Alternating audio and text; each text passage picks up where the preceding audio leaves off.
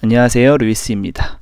오늘은 가장 최근 면접인 2024년 평가원 심층 면접 기출을 함께 보도록 할게요. 네, 평가원 문제는 가장 기본적인 문제이기 때문에 어느 지역이나 꼭 같이 풀어보셨으면 좋을 것 같습니다. 네, 시작하기에 앞서 루이스 교재가 이제 두 권이 있는데 왼쪽은 모든 전공 선생님들께서 보실 수 있는 면접 기출 분석집이고요. 오른쪽은 영어과 선생님들 전용책이라고 보면 되는데 많이 질문을 받고 있는 게 꼭 개정판을 꼭 써야 되냐, 작년 걸로 공부하면 안 되냐 라고 질문을 많이 주시는데요. 사실 선택은 선생님들께서 하시는 거지만 제가 개정을 하는 이유가 학교 현장에 있으면서 이런 것들이 좀 더 강조되는구나. 아무래도 현장에 있으면은 공문도 많이 처리를 하고, 가뜩이나 저는 올해 미래교육 관련해 가지고 업무를 했기 때문에 가장 핵심 트렌드를 어떻게 보면은 담당을 했었거든요. 그래서 이거는 꼭 넣어야겠다 라는 것들이 보입니다. 그래서 강조를 해야 될 것을 좀 더 강조를 하고, 반면에 최근 기출 문제들을 보니까 이런 것들은 좀 이제 더 이상 출제가 되지 않는구나 라는 그런 것들 있죠. 그래서 그런 것들은 좀 빼야 되거든요. 그래서 예를 들어 가지고 저희 왼쪽 교재 같은 경우에는 내용을 많이 추가를 했지만 페이지 수가 똑같습니다. 그만큼 뺄 거를 많이 뺀 거죠. 그래서 2차 준비 기간이 굉장히 짧은 만큼 여러분들이 정말 중요한 것만 가져가고 중요하지 않은 것은 좀 제외를 하는 그런 공부 방법이 필요하거든요. 그런 관점에서는 가장 최근 개정판으로 공부하시는 게 맞는 것 같습니다. 네, 구상형 1번부터 볼게요. 자, 문제점을 먼저 찾아야 되고요. 그리고 그 문제점을 해결할 수 있는 방안을 찾아야 됩니다. 자, 이 지문을 보면은 좀 복합적인 문제들이 있습니다. 먼저 학생들이 이해를 잘 못하고요. 집중을 잘 안 하고 딴짓을 해요. 그리고 예전 아이들은 이런 거 없이 잘 이해했는데 지금은 잘 못해요. 지금 학생들은 잘 안 통하는 거죠, 예전 방식이. 그리고 교사가 나름대로 열심히 활동도 준비했는데 흥미 유발도 안 되고 관심도 없어요. 자, 그래서 다양한 문제들이 있는데 과연 어떤 거를 문제 삼아야 될까, 이게 좀 고민이 될 겁니다. 자, 그렇다고 해서 수업 시간에 집중하지 않은 학생들이 문제다, 요것만 뽑을 수가 없거든요. 문제점 한 가지 뽑으라고 했다고 그것만 뽑을 수는 없는 거죠. 우선은 분류를 먼저 해볼게요. 자, 루이스 책의 가장 장점이죠, 이 분류 체계인데요. 자, 이거는 사실 어디로 보면 되냐면은 일단 수업과 관련해서, 자, 수업 방해 행동은 극히 일부입니다. 그거를 생활지도 할 수 있는 방법, 요거를 물어본 게 아니고 사실 학생 중심 수업 역량에 문제가 있는 겁니다. 네, 그래서 이쪽으로 분류를 했어요. 출제가 많이 되고 있는 부분이죠, 특히 평가원에서. 그런데 꼭 평가원에서만 나오는 문제가 아닌 게, 자, 2017년도 서울 문제를 보면은 여기도 이런 내용이 나와 있습니다. 교사가 매우 열정적입니다. 수업 준비도 열심히 하고 수업도 열정 있게 하는데, 그런데 학생들의 만족도가 낮게 나옵니다. 자, 어떻게 보면은 좀 다른 상황 같죠. 그렇지만 근본적인 이유는 같습니다. 교사는 열심히 하는데 학생들의 만족도는 떨어진 거죠. 그래서 이게 전혀 새로운 기출이 아닌 게, 여러분이 만약에 서울 문제, 요 문제 풀어봤으면은 요거를 준비한 답변으로 요거를 답변했으면은 충분히 좋은 답변 할 수가 있거든요. 자, 그래서 제가 제일 강조하는 게 자기 지역만 풀지 말아라. 어떻게 다른 지역도 좋은 문제들은 뽑아서 풀어보셔야 됩니다. 요 문제 같은 경우에도 그래서, 자, 요 기출, 요 서울 기출과 요 평가원 기출이 같은 챕터에 들어가 있거든요. 왜요? 학생 중심 수업 역량을 물어본 건 같으니까. 그래서 수업과 관련해서도 정말 많은 상황이 출제가 될 수가 있습니다. 그렇지만 그 중에서 핵심적으로 물어보는 것이 무엇인가 라고 이런 식으로 묶을 수 있어야 여러분이 효율적인 준비가 가능합니다. 왜요? 모든 상황을 전부 다 답변을 전부 준비할 시간은 없으니까요. 네, 그렇지만 학생 중심 수업 역량이라는 것을 키워드로 놓고 요거랑 관련된 방안을 여러 가지 만들어 놓으면은 그 방안들이 여기서도 적용이 되고 여기서도 적용이 될 수가 있는 거죠. 그런 식으로 여러분이 면접 공부를 하셔야 됩니다. 자, 그래서 여기서의 문제점이 여러 가지가 있다고 했잖아요. 근본적인 문제가 바로 이겁니다. 교사는 열심히 해요. 그렇지만 현재 학생과는 맞지 않습니다. 그래서 아까 말씀드린 여러 가지 문제점 중에 하나만 뽑아서 하는 것보다 사실 근본적인 문제를 찾아서 전체적으로 해결할 수 있는 방향을 제시하는 게 당연히 더 높은 점수를 받겠죠. 그래서 교사는 열심히 하는데 현재 학생과 맞지 않습니다. 현장에서 여러분이 많이 느낄 수 있는 것입니다. 작년 애들은 또는 재작년에 가르쳤던 애들한테는 되게 잘 통했던 방식이 갑자기 올해 들어온 애들한테는 통하지 않을 때가 많아요. 그러면 어떻게 해야 되냐? 왜 얘는 이해를 못하지? 이렇게 갈 게 아니고 현재 학생에 맞는 그런 수업 방식을 다시 고민해야 되는 거거든요. 그게 정말 중요한 수업 역량인데 여기서도 역시 현재 학생을 제대로 파악하지 못하고 예전에 가르쳤던 방식으로만 하고 있으니까 사실 문제를 겪고 있는 것입니다. 그래서 정말 중요한 거는 현재 학생이 어떤 학생들인가 먼저 파악하고 그에 맞는 학생 맞춤형 수업이 필요한 것이죠. 네, 요 맞춤형이라는 키워드 여러분이 잘 기억하시면 좋은 게 개정교육과정의 핵심 키워드입니다. 학생 맞춤형 수업. 요거를 여러분이 답변에 활용하시면은 아주 좋습니다. 그래서 답변 방향을 어떻게 세우느냐. 사실 이렇게 여러분이 문제점을 세워놨어도 해결할 수 있는 구체적인 방안이 정말 수만 가지가 나올 수가 있어요. 그럼 그 중에서 어떤 방안이 가장 좋냐? 그럴 때 방향을 세우는 방법이거든요. 첫 번째, 현재 교육의 큰 방향에 맞는 그런 답변이 좋습니다. 가장 큰 방향이 뭘까요? 네, 역시 에듀테크 인공지능 활용 수업입니다. 네, 이건 어느 지역이나 마찬가지입니다. 지금 교육부에서 엄청난 예산을 쏟아부어서 에듀테크 인공지능 활용 수업을 디지털 교과서도 도입이 되잖아요. 네, 엄청나게 이제 크게 추진하고 있는 것이기 때문에 그거랑 관련이 없어 보이는 문제도 혹시 이 에듀테크를 활용할 수 있는 방법이 없을까? 그거를 고민해 보시면 좋습니다. 네, 그래서 요걸로 한번 방향을 잡아보는 거죠. 근데 이 중에서도 굉장히 다양한 방안이 나올 수가 있잖아요. 네, 그럼 그 중에서 어떤 거를 답변을 고르면 되냐면 내가 연습을 많이 한 부분으로 하시면 좋습니다. 아니면 내가 교직관이랑 잘 맞기 때문에 내가 답변을 잘할 수 있는 것들. 이런 답변을 고르시면 좋고요. 또는 이어지는 답변을 더 잘할 수 있는 답변을 고르시면 됩니다. 네, 이 문제에서도 사실 문제점만 제시하는 게 아니고 구체적인 방안까지 제시를 하잖아요. 그러면 요거까지 같이 이어서 이야기했을 때 가장 베스트 아이디어가 뭐냐라는 걸 뽑아서 여러분이 실제로 답변을 하면 됩니다. 네, 사실 개수도 제한이 없거든요. 그래서 이 기준으로 고르는 거죠. 그리고 제시문 상황과 최대한 연계할 수 있는 건 가장 기본이고요. 그래서 만약에 내가 가장 많이 연습을 하고 더 잘할 수 있는 답변이 학생 주도 협동학습이다. 이건 내가 연습을 많이 했다. 그래서 여기를 한번 적용해 보겠다 라고 생각된다면 이런 식으로 답변을 할 수 있는 거죠. 이거는 실제로 여러분 루이스 심층 면접 기출 분석집의 샘플 답안으로 나온 것입니다. 자, 보시면은 문제점은 학생을 중심에 두지 않는 것. 그래서 나름 교사는 열심히 하지만 현재 학생에 맞지 않고 예전 학생들 기준으로만 수업을 구성하고 있다. 그래서 항상 이 제시문과 밀접하게 여러분이 연계를 지어야지 이렇게 답변하시는 분 생각보다 많아요. 지문은 지문인데 마이웨이로 그냥 나 외운 답변만 계속해서 이야기하고 있는 거죠. 이러면은 고득점이 안 나옵니다. 지문과 최대한 연계시킨 답안을 연습을 하셔야 됩니다.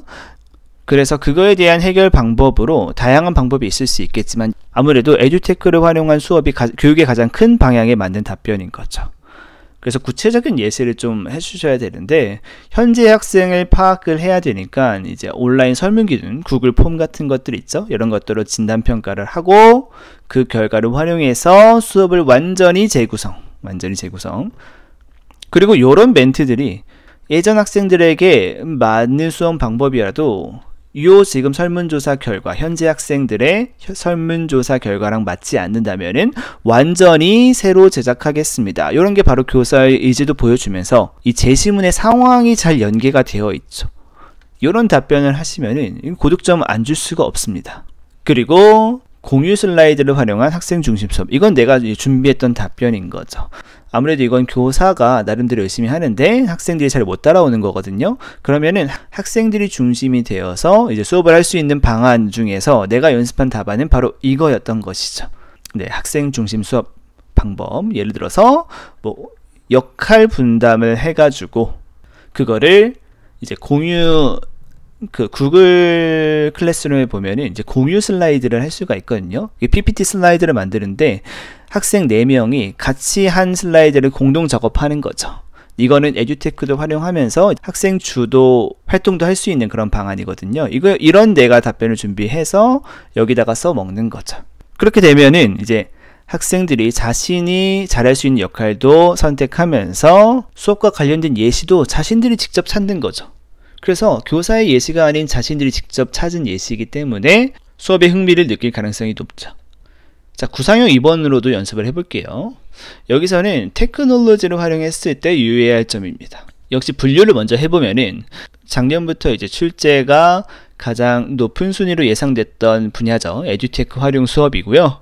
2023년에도 많이 나왔는데 이번에도 모든 지역에서 다 나온 분야입니다. 그리고 역시 다음 시험도 가장 출제 1순위라고 보시면 됩니다. 그래서 바로 전년도에 서울에 뭐가 나왔었냐면은 스마트 기기 활용 수업 시 고려해야 할 사항이 나왔습니다. 그런 다음에 그 다음 평가원에서 테크놀로지를 활용했을 때 유의할 점이죠. 그러니까 이거를 답변했으면 도움이 안 될 수가 없겠죠. 그래서 여러분 꼭 기출 공부하실 때 지역을 너무 구별하시기보다는 주제별로 접근하시는 게 가장 좋습니다. 그래서 제가 루이스 기출 분석집을 좀 추천해 드리고 싶은 것이고요. 기출이 이런 식으로 나오고 있으니까. 자, 아까랑 같은 기준으로 한번 해볼게요. 왜냐면 여기서도 유의할 점이 굉장히 많은데 그 중에서 내가 뭘 답변을 해야 되는가가 될 수가 있거든요. 네, 그래서 현재 교육의 가장 큰 방향에 맞는 답변은 역시 에듀테크나 인공지능을 활용한 그런 방법입니다.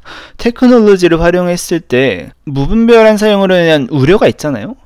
그렇다고 해서 테크놀로지를 활용하면 안 된다 라는 식으로 답변하면 안 됩니다. 왜냐하면 현재 교육의 가장 큰 방향이 어떻게든 인공지능과 에듀테크를 활용해서 교육 문제를 해결하자 라는 게 가장 큰 방향이기 때문에 테크놀로지에서 문제가 생겨도 역시 테크놀로지를 해결할 수 있는 그런 방식을 찾으면 좋은 거거든요. 그래서 역시 에듀테크를 활용한 교육 문제 해결 방법을 찾으시는 게 좋습니다. 사실 요것도 이제 작년에 루이스 교재에서도 많이 제시를 해줬거든요. 출제가 될 거라고 예상이 되어가지고 다양한 방법이 있습니다. 사실 그러면은 이 중에서 내가 이런 답변들을 연습해 놨는데 어떤 것을 해야 되냐? 역시 연습을 많이 한 답변이 좋고요. 그리고 그 중에서도 이어지는 답변을 더 잘할 수 있는 답변이 좋습니다. 그게 무슨 말이냐면 이어지는 답변이 있죠. 유의할 점만 이야기하고 끝나는 게 아니고 이 전문성을 기르기 위한 구체적인 방안까지 제시를 해야 되거든요. 나중에 좀 더 전문성을 기르기 위한 방안이 이 중에서 어떤 게 좋냐라는 것을 생각해 보시는 거죠. 그래서 나는 이런 쪽으로 가야겠다 라고 생각이 드시면은 요거랑 관련된 답변을 구성해 보시는 겁니다. 말 그대로 구상형이니까요. 조금의 시간은 있습니다.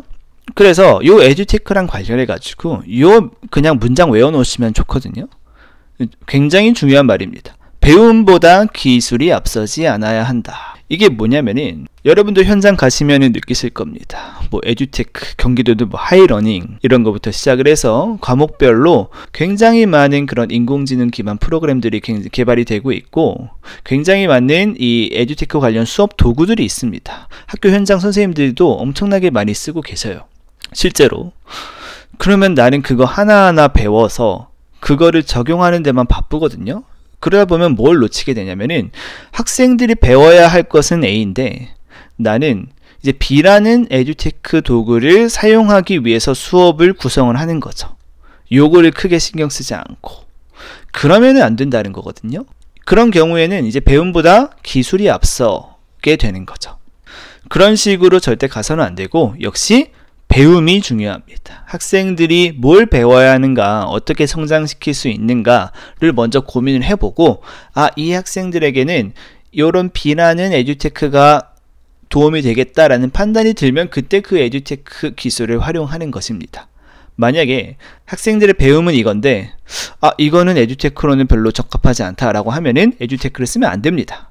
이게 가장 핵심입니다.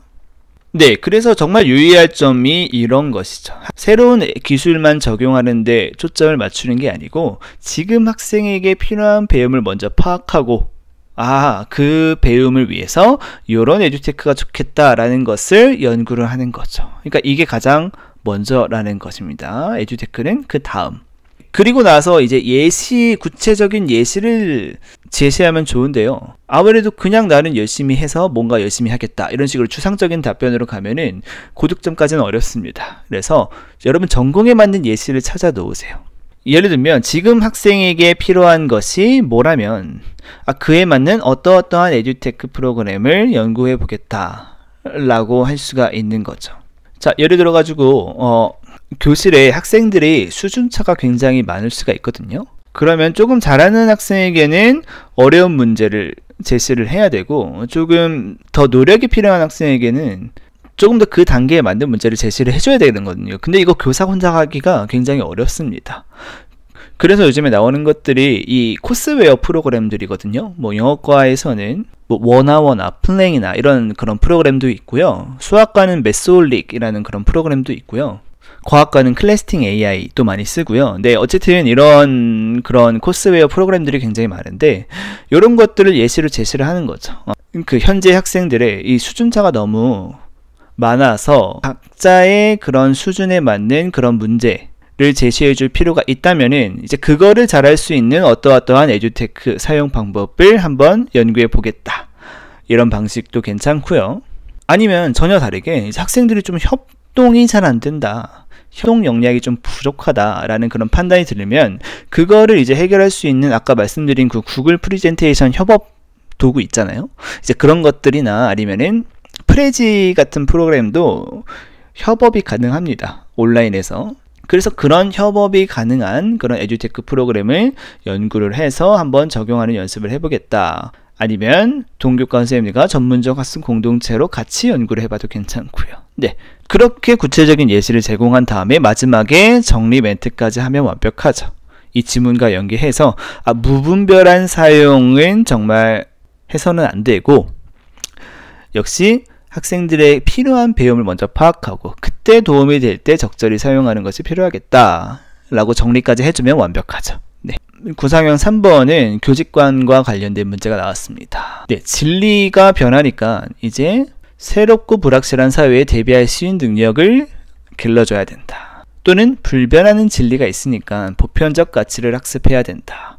아마도 A를 선택하신 분들이 좀 더 많을 겁니다. 왜냐하면 A가 미래교육적인 관점이거든요. 그래서 그거는 이제 답변을 준비를 많이 해놨으니까 A로 답변하신 분들이 굉장히 많을 것 같습니다. 네, 그래서 저희는 한번 B로 한번 가볼게요. 답변 방향 세우는 건 똑같습니다. 이것도 사실 실시할 수 있는 그런 교육적 활동이 굉장히 많이 나올 수가 있거든요. 그래서 현재 교육의 큰 방향에 맞는 답변이 좋겠다. 근데 여러분 이런 것도 생각을 하셔야 돼요. 구상형 1번과 구상형 2번에서 나는 전부 다 에듀테크를 활용해서 답변을 했어요. 만약에 그러면은 여기서 역시 또 미래교육적인 걸로 가서 에듀테크 활용 답변을 하면은 내가 준비한 아이템을 뭔가 일부만 보여주는 느낌이 들어요. 이미 나는 에듀테크에 대한 답변을 잘한다 라는 것은 구상형 1번과 2번에서 충분히 보여줬다면 다른 쪽으로 가는 것도 괜찮습니다. 이게 에듀테크만 교육에서 중요한 게 아니거든요, 지금. 그래서 지금 에듀테크 뿐만 아니라 이제 굉장히 중요도가 올라간 게 인성교육이거든요. 실제로 그 올해 초에 막 교육감 신년사에서도 많이 언급을 할 정도로 올해 3월에 경기도 같은 경우에는 학급마다 인성 브랜드를 정하라고 하더라고요. 그게 바로 그 전에 면접 문제였잖아요. 실제로 학급 담임들한테 인성 브랜드 만들라고 했어요. 네. 그만큼 인성교육이 중요해졌거든요. 지금 인성교육도 굉장히 중요하거든요. 그래서 그러면은 나는 A 미래교육으로 가지 말고 B에서 불변하는 진리가 결국 인성이잖아요. 어느 시대에도 중요한 것이 결국 인성인 거고요. 그래서 요거나 인성교육이랑 연결해야겠다. 여기까지 하면은 일단은 고득점의 문은 연 겁니다. 네. 그러면 내가 많이 연습한 거는 역시 인성교육이다. 요거를 내가 여기다 연결을 해보겠다. 라고 해서 나 인성교육 이건 관련 활동 내가 한 5개는 준비해놨어. 그 중에 하나 가장 베스트, 그 중에 하나 내가 가장 우선순위로 준비했던 것을 이제 제시하면 됩니다. 근데 어떻게 해서 요런 내용을 좀 섞어가지고 불변하는 진리 이런 것들. 그래서 루이스 교재 같은 경우에는 이제 인성교육과 협동학습을 연결해가지고 답변이 제시해 놓은 게 있거든요. 네, 그걸 한번 찾아보시면 또 좋을 것 같습니다. 아무래도 협동학습이 인성을 연습하기에 굉장히 좋은 수업 방식이거든요. 할 수 있는 말도 많고, 왜냐면 서로 이제 경청하는 것부터 배우고 내가 상대방의 의견과 다르다는 것을 어떻게 이야기하면 좋은지 그런 것도 연습을 할 수가 있고요. 그런 것들이 이제 어느 시대에서나 이제 필요한 그런 기본적인 인성이기 때문에 이런 말들을 좀 넣으면서, 자, 마지막 이제 즉답형입니다. 평가 관련된 문제인 것 같죠? 그럼 평가랑 관련돼서 뭐가 보통 나왔을까, 기출에서. 그래서 분류를 제가 다 해놓은 거죠. 네. 과정중심, 교수평, 이게 좀 많이 나왔고요. 그리고 요즘에 또 나오고 있는 게 평가의 원칙입니다. 평가의 원칙. IB 교육과정은 이제 대구에서만 나왔고요. 그래서 이것도 다른 지역에서 큰 도움을 받을 수 있었던 게, 자, 2021년에 경기도에서 이런 게 나왔어요. 수행평가에서 USB 오류가 생겨서 마지막 걸 제출을 못한 거죠. 그럼 교사의 의견이 갈라집니다. 이거 USB 오류가 생겨서 평가에 반영하면 안 된다. 아니면 제출할 기회를 주자. 누가 맞다 이런 거는 없거든요. 그렇지만 여러분이 이 문제를 풀면서 평가할 때 중요하게 생각해야 되는 게 뭐냐라는 것들을 좀 연습을 해놨다면 요거 문제 푸는데 굉장히 큰 도움이 됐을 것입니다. 즉 문제가 좀 달라도 여러분이 기출에서 많은 도움을 받을 수가 있습니다. 즉답형 문제는 말 그대로 처음 듣고 처음 답변을 해야 됩니다. 즉답형 문제는 역시 내가 연습을 많이 한 답변으로 해결해야 됩니다. 갑자기 떠오르는 대로 답변을 하다가 굉장히 말이 꼬일 수가 있어요. 그래서 내가 준비했던, 내가 수도 없이 반복했던 그런 나만의 아이디어 중에서 그래, 요거를 가지고 답변해야겠다는 게 바로 나와야 됩니다. 그래서 연습을 많이 한 답변 중에 어떻게든 말을 지문에 맞게 바꿔서 여러분이 답변을 해 나가야 되는데, 사실 평가는 학생의 변별을 위한 것이 아니고 학생의 성장을 이끌기 위해서 하는 것이거든요. 특히나 수행평가는요. 그렇지만 여기서도 역시 공정성과 객관성은 중요합니다. 공정하지 않게 평가가 들어가면 현장에서는 굉장히 큰 민원이 들어갈 수가 있거든요. 그리고 학생의 수행 과정도 중요하고요. 과정중심 평가에서. 그래서 내가 생각하기에 요게 가장 중요하다. 역시 이런 생각을 했으면은 여러분이 여기서 평가에서는 학생의 성장을 이끄는 것이 가장 중요하니까 여기서는 개입을 해서 참여를 독려해야 된다. 만약에 이런 답변을 했으면은 유의해야 할 사항에는 뭘 얘기해야 될까요? 역시 요거죠. 요거. 아무리 평소에 열심히 하는 학생이라도 지금 얘한테만 특혜를 주면 안 됩니다. 공정성이 깨지는 거거든요.